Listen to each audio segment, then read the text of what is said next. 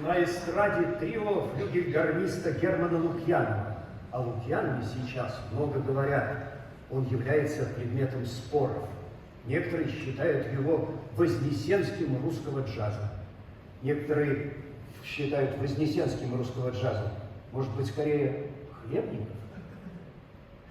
Фольклорный джаз, фри-джаз, сочетание того и другого.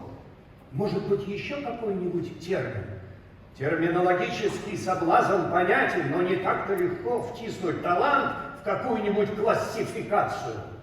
Пока что исполняется оригинальная композиция «Третий день лета».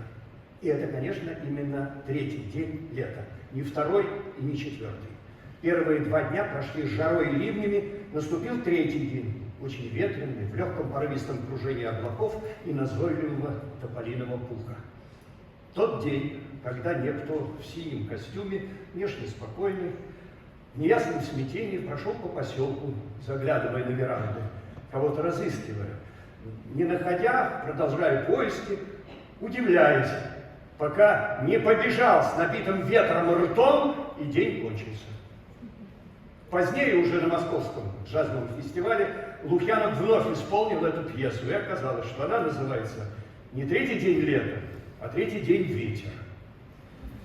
Я просто тогда в Таллине не расслышал название, и вот попал в просак, нафантазировал литературщина. А что такое джаз?